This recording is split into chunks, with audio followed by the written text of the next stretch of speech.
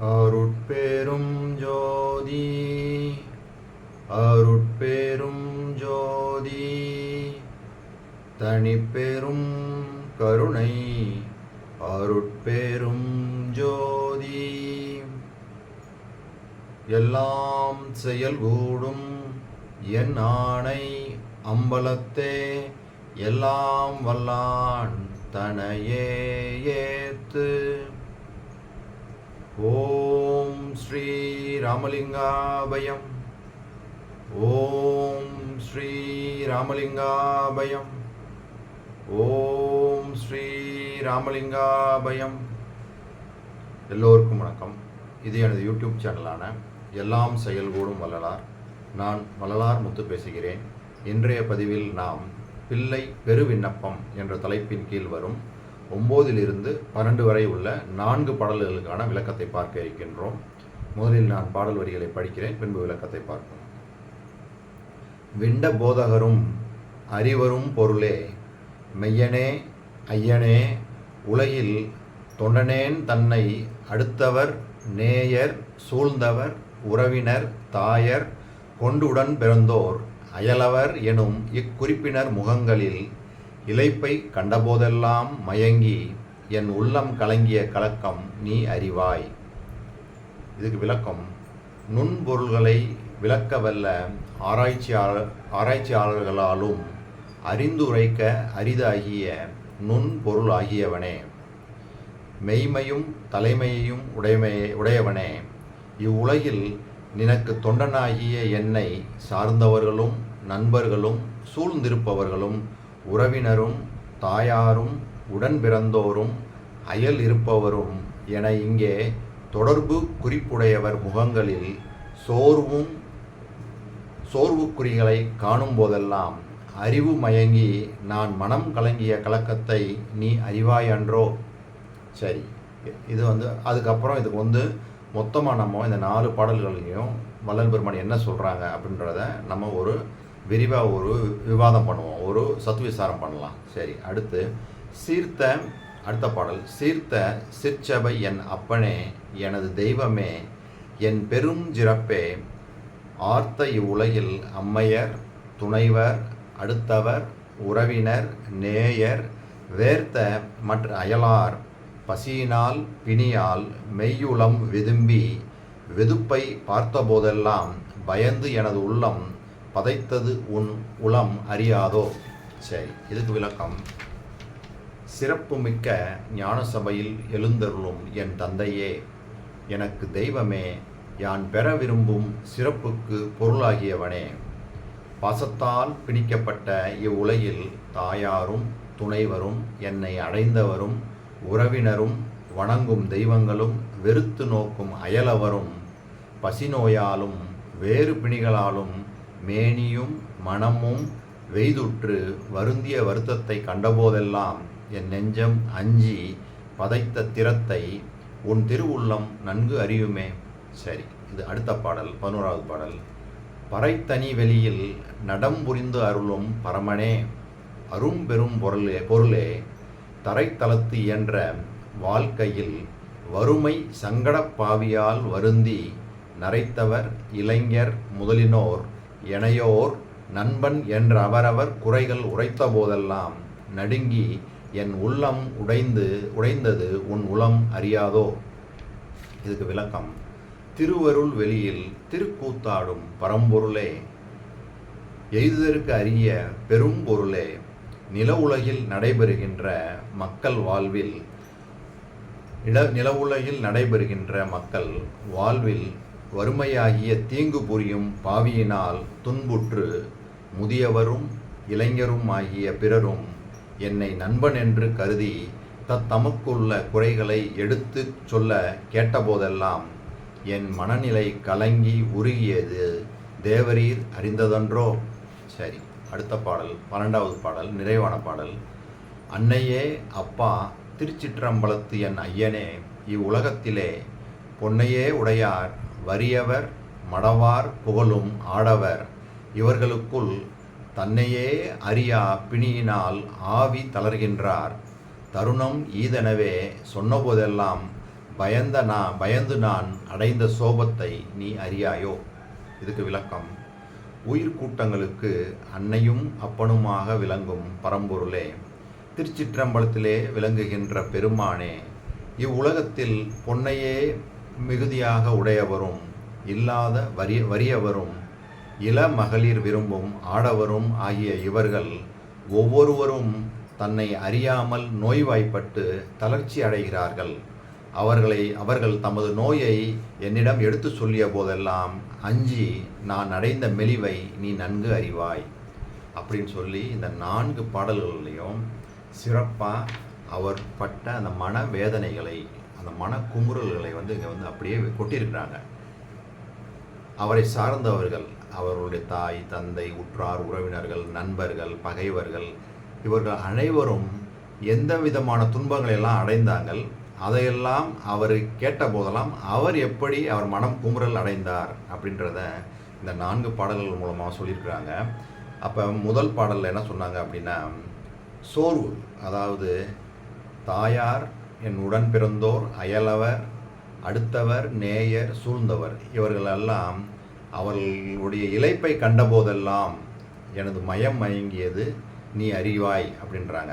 அப்படின்னா சோர்வு எதனால் உண்டாகுது? சோர்வு இப்போ அவர் அந்த உலகியலில் இருக்கும்போது எதிர்ப்பட்ட ஜீவர்களை பார்க்குறாங்க.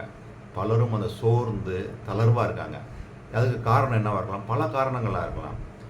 குழந்தைக்கு பல நாளாக திருமணமாகாமல் இருக்கிறது, அதே மாதிரி அவங்க திருமண வாழ்க்கையில் பலவிதமான இன்னல்களை அனுபவிப்பது, இல்லைன்னா அவங்களுக்கு நெருங்கிய உறவினர்கள் நோய்வாய்ப்பட்டு படுத்த படுக்கையாக இருந்து அந்த மருந்து மாத்திரைகள் சாப்பிட்டு ரொம்ப சிரமங்கள் அனுபவிக்கிறது. இந்த மாதிரி பலவித காரணங்கள்னால சோர்வு உண்டாகலாம்.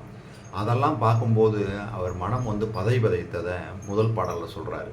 சரி, அடுத்த பாடலில் என்ன சொல்கிறாங்க? பசியினால் பிணியினால். அதே மாதிரி என்ன சொல்கிறாங்க?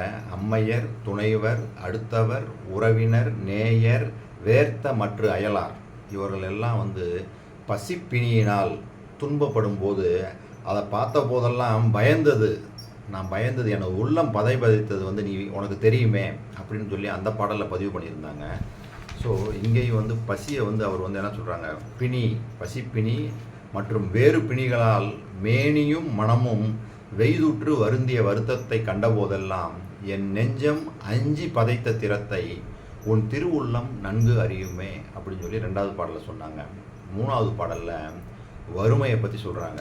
வறுமை சங்கட பாவியால், அதாவது வறுமையை ஒரு தீங்கு செய்யக்கூடிய பாவி அப்படின்னு சொல்கிறாங்க.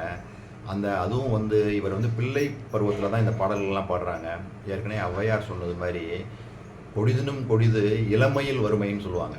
அது மாதிரி இந்த வறுமை அவ்வளோ கொடியது அப்படின்றது இங்கே சொல்கிறாங்க. இதுக்கும் என்ன சொல்கிறாங்க? துன்புற்று முதியவரும் இளையவரும் பிறரும் என்னை நண்பன் என்று கருதி தத்தம் குறைகளை என்னிடம் கூறும்போது என் மனநிலை கலங்கி உருகியது நீ அறியாயோ அப்படின்னு சொல்லி தான் இந்த 3வது பாடல்லையும் சொல்கிறாங்க. 4வது பாடலில் தன்னை அறியா பிணியினால் ஆவி தளர்கின்றார். அதாவது இந்த நோய்கள்லாம் தனக்கு எப்படி வந்துச்சுன்னு அது தெரியாமையேவும் அப்படியே நோய்வாய்ப்பட்டு மரணம் அடைந்து விடுகிறார்கள் அப்படின்றத இந்த பாடலில் பதிவு பண்ணியிருக்கிறாங்க. இது உண்மைதானே? எப்படி தெரியாமல் இருக்குதுன்னா, கண்டதே காட்சி கொண்டதே கோலம்னு அப்படியே வாழ்க்கையை நடத்திக்கிட்டு இருக்குது. பொருளை தேடி ஓடுறது. இந்த உடம்புன்னு ஒன்று இருக்குது, இதுக்கு ஜீவகாருண்யம் பண்ணணும் அப்படின்றது துளி கூட அவங்களுக்கு இல்லை. இது எதை போட்டாலும் ஏற்றுக்கணும், எப்படி வேணாலும் தூங்கிக்கலாம், எப்படி வேணாலும் பண்ணிக்கலாம்னு சொல்லிட்டு அந்த பொருள்களை தேடி அது எதுக்கு தேடுறோன்றதும் அவங்களுக்கு தெரியாது. அவங்களுக்காக தேடுறேன், இவங்களுக்காக தேடுறேன்னு சொல்லி கடைசியில் இந்த உடம்பை விட்டுடுறாங்க. நோய்வாய்ப்பட்டு படுத்த படிக்க இருக்கும்போது தான் என்ன சொல்கிறாங்க? அப்போ தான் அவங்க ரியலைஸ் பண்ணுறாங்க. அப்போ என்ன சொல்கிறாங்க? டாக்டர் எல்லாரும் சொல்கிறாங்க, டூ லேட் அப்படின்றாங்க. சாரிங்க, இருக்கிற வரைக்கும் இருங்க, அவ்வளோதான், போய் அப்புறம் நேரம் வந்தவுடனே போய் சேர வேண்டியதான் அப்படின்னு சொன்ன உடனே அதையும் ஏற்றுக்கிறாங்க. இப்படி தான் இன்றைக்கி வாழ்நாள் மக்களுடைய வாழ்வியல் முறை இப்படி தான் இருக்குது. வள்ளல் பெருமனை அதான் அருமையாக சொல்கிறாங்க பாருங்கள். பொன்னையே உடையார், அதாவது நல்ல வசதி படைத்தவர்கள், வறியவர், ஒன்றுமே இல்லாமல் இருக்கிறவங்க, மடவார் புகழும் ஆடவர், பெண்களையே தேடி செல்லக்கூடிய இந்த ஆடவர்கள், இவர்கள் எல்லாருமே தன்னை அறியா பிணியினால் ஆவி தளர்கின்றார். தருணம் ஈதனவே சொன்ன போதெல்லாம் இந்த மாதிரி சிக்கலில் இருக்கிறேன், எனக்கு இந்த பிரச்சனைகள்லாம் இருக்குது, இந்த மாதிரி ஒரு நோய்வாய்ப்பட்டு இந்த மாதிரி சிக்கலில் இருக்கேன்னு அவங்க அந்த நிலைமையெல்லாம் எனக்கு தெரிய வரும்போது நான் பயந்த அந்த பயம், அந்த சோபத்தை நீ அறியாயோ அப்படின்றாங்க. அதனால் எனக்கு ஏற்பட்ட அந்த மெலிவை நீ நன்கு அறிவாய். அந்த துன்பத்தை அவங்க படுற அந்த துன்பத்தை கேட்டு நான் பட்ட அந்த துயரம் உங்களுக்கு தெரியாதா அப்படின்னு இந்த 4 பாடல்கள்லையும் அவரை சார்ந்தவர்கள் படக்கூடிய துன்பத்தை பார்த்த போதும் கேட்ட போதும் அவர் மனது அப்படியே வெம்பி வெதும்பி ரொம்ப மனசு பதைக்குது அவருக்கு. அப்போ நம்மளுக்கும் இந்த மாதிரி ஒரு இந்த நிலைமை நம்மளும் இப்போ அன்றாட வாழ்நாளில் பல விஷயங்களை பார்க்குறோம் கேட்குறோம், ஆனால் ஈஸியாக கடந்துட்டு போயிடுறோம். அப்படி போகக்கூடாது. இது வரைக்கும் நம்ம அப்படி இருந்தோம்னாலும் இனிமேல் அப்படி இருக்கக்கூடாது. ஏன்னா வள்ளல் பெருமான் இந்த மாதிரி விஷயங்கள்லாம் கேட்கும்போது எனது மனசு வந்து அப்படியே பதைக்குதுன்னு தான் எல்லாத்துலேயும் பாடியிருக்காங்க. இதுக்கு முன்னாடி நம்ம பார்த்த இந்த பாடல் ஏற்கனவே பல தடவை இந்த பாடல் நம்ம பார்த்துருக்குறோம். அது இன்னொரு படித்து உங்கள்கிட்ட காமிக்கிறேன். அதையே தான் இங்கே வந்து கொஞ்சம் விரித்து சொல்லியிருக்கிறாங்க.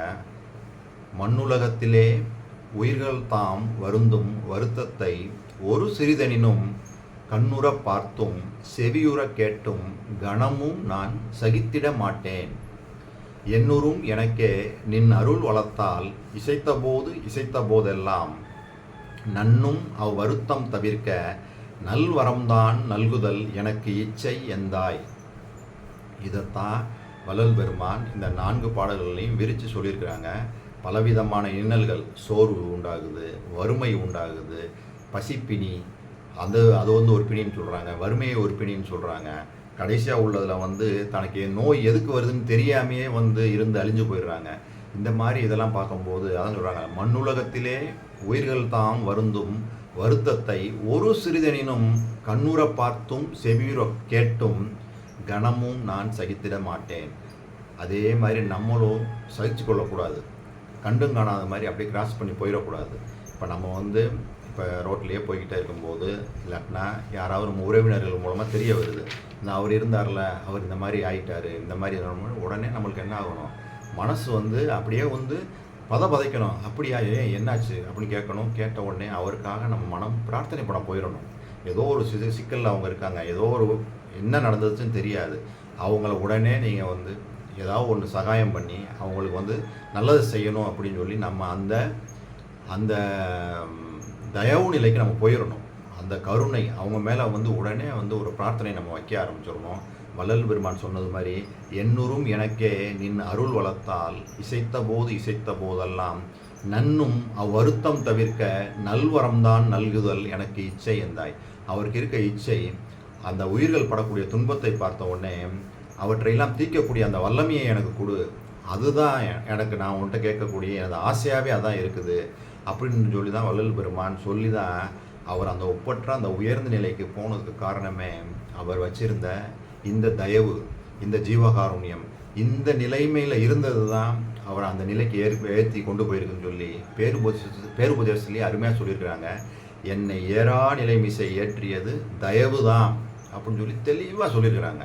அப்போ நம்ம தயவுனா வள்ளல் பெருமான் வச்சுருக்க மாதிரி அது எப்படி தயவு பண்ணணும்னு தான் இந்த பாடல்களை எல்லாம் சொல்லி எல்லாம் அருட்பாமுள்ளாவே பார்த்தோம்னா இப்படி தான் இருக்குது. அப்போ நம்மளும் நம்ம வாழ்நாளில் இது மாதிரி ஒரு தயவு நிலையை நம்ம வச்சுக்கிட்டோம் அப்படின்னோம்னா 100% வள்ளல் பெருமான் பெற்ற அந்த நிலையை பெற்றுக்கொள்ளலாம். ஏன்னா அவர் முடிவாக பேருபதேசத்தில் அதான் சொல்லியிருக்கிறாங்க, என்னை ஏறா நிலைமிசை ஏற்றியது தயவு, தெளிவாக சொல்லிட்டாங்க.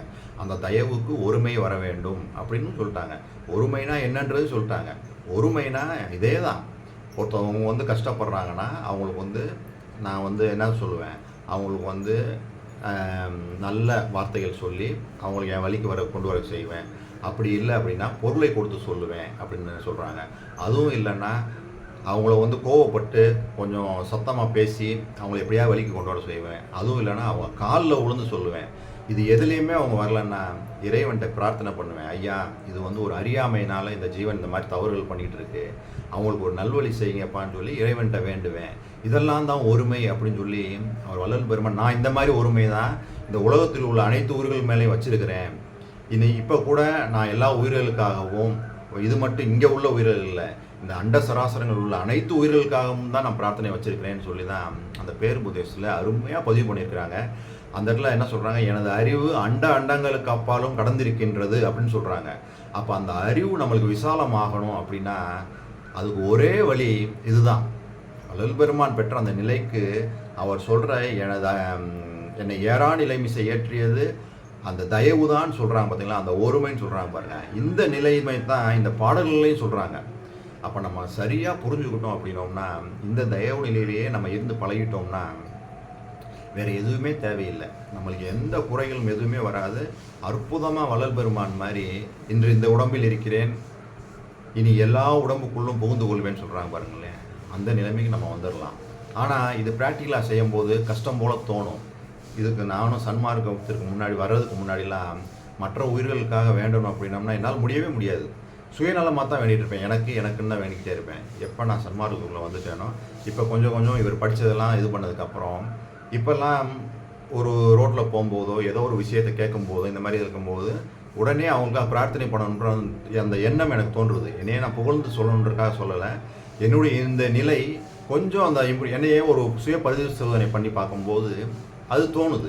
இப்போ நம்ம இருக்கோம், ஒரு விசேஷத்துக்கே போகிறோம். அங்கே போகும்போது ஒரு தூரத்து உறவினரை பார்க்கும்போது அவங்க பொண்ணு கருவுட்ருக்காங்க, அவங்களே கூட்டு வந்துருக்காங்கன்னு வச்சுங்களேன். உடனே நம்மளுக்கு எந்த மனசில் தோணிடணும், அந்த பொண்ணுக்கு நல்லபடியாக சுகப்பிரசவம் ஆகணும் அப்படின்னு சொல்லி வேண்டணும். எல்லாருக்கும் யாரே எண்ணினும் இறங்குகின்றாருக்கு சீரையே அளிக்கும் சிற்சபை சிதம்பர சிவமேன்னு சொல்லுவாங்க அகவல்ல. யாராக இருந்தாலும் சரி அவங்களுக்காக நம்ம என்ன பண்ணணும், வேண்ட ஆரம்பிச்சிடணும். ஒரு பக்கத்துலேயே ஒரு கட்டுமான பணிகள் நடக்குது. அங்கே அந்த வெயில்லையும் மழையிலையும் அவங்க படுற அந்த கஷ்டங்கள்லாம் பார்க்கும்போது நம்ம இங்கேருந்து சும்மா பார்த்துட்டு அப்படியே போயிடக்கூடாது. இப்போ இந்த வெயில்லையும் இதுலையும் இவ்வளோ கஷ்டப்படுறாங்களே, அவங்களுக்கு தேக ஆரோக்கியத்தையும் மன வலிமையும் கொடு, இன்னும் உழைக்கக்கூடிய அந்த வல்லமையை கொடு.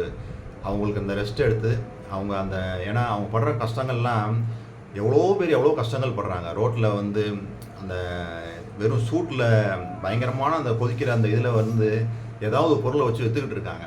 நம்ம என்ன பண்ணுறோம், அப்படியே வண்டியில் இருந்துகிட்டே அங்கேருந்து காசை போட்டு அப்படியே நின்று அப்படியே வாங்கிட்டு போகிற மாதிரி இதில் தான் இருக்கும். அப்போ அவங்களெல்லாம் நினச்சி நம்ம என்ன பண்ணணும், எல்லாருக்காகவும் தயவு, எல்லா உயிர்களும் இப்படி கஷ்டப்படுதே, அந்த கஷ்டங்களுக்காக நம்ம என்ன பண்ணணும், இறைவன்கிட்ட பிரார்த்தனை பண்ணணும். இவங்களெல்லாம் ஏதோ ஒரு வழியில் நல்லது பண்ணுங்க, அவங்களுடைய உடல் உபாதைகள்லாம் நீக்கி அவங்களுடைய வருத்தத்தை எல்லாம் போக்குங்கன்னு சொல்லி நாம் இடைவிடாமல் கடவுளிடம் விண்ணப்பம் வைத்து கொண்டே இருக்கணும். இதுதான் அந்த ஒருமை. இந்த ஒருமை எந்த அளவுக்கு நம்மளுக்கு வருதோ அதுக்கு தயவுக்கு ஒருமை வேணுன்றாங்க. இது வர தயவு அருமையாக நம்மளை வர இதுதான் நம்மளை ஏறா நிலைமிசை ஏற்றும். இதுதான் அந்த சுத்த உஷ்ணத்தை நம்மளுக்கு கொடுக்கும். இதுதான் இந்த நிறைவான அந்த மேம்பட்ட நிலையை வள்ளல் பெருமான் சொல்லக்கூடிய எக்காலத்தும் எவ்விடத்தும் எவ்வளவும் தடைபடாத அந்த பேரின்ப சித்தி பெருவாழ்வை கொடுக்கும் என்று கூறி இந்த வீடியோவை நிறைவு செய்கின்றேன். மீண்டும் அடுத்த வீடியோவில் நாம் இதன் தொடர்ச்சியாக பிள்ளை பெருவினத்தில் இன்னும் சில பாடல்களுக்கான விளக்கத்தை பார்ப்போம். அருட்பெரும் ஜோதி அருட்பெரும் ஜோதி தனிப்பெரும் கருணை அருட்பெரும் ஜோதி.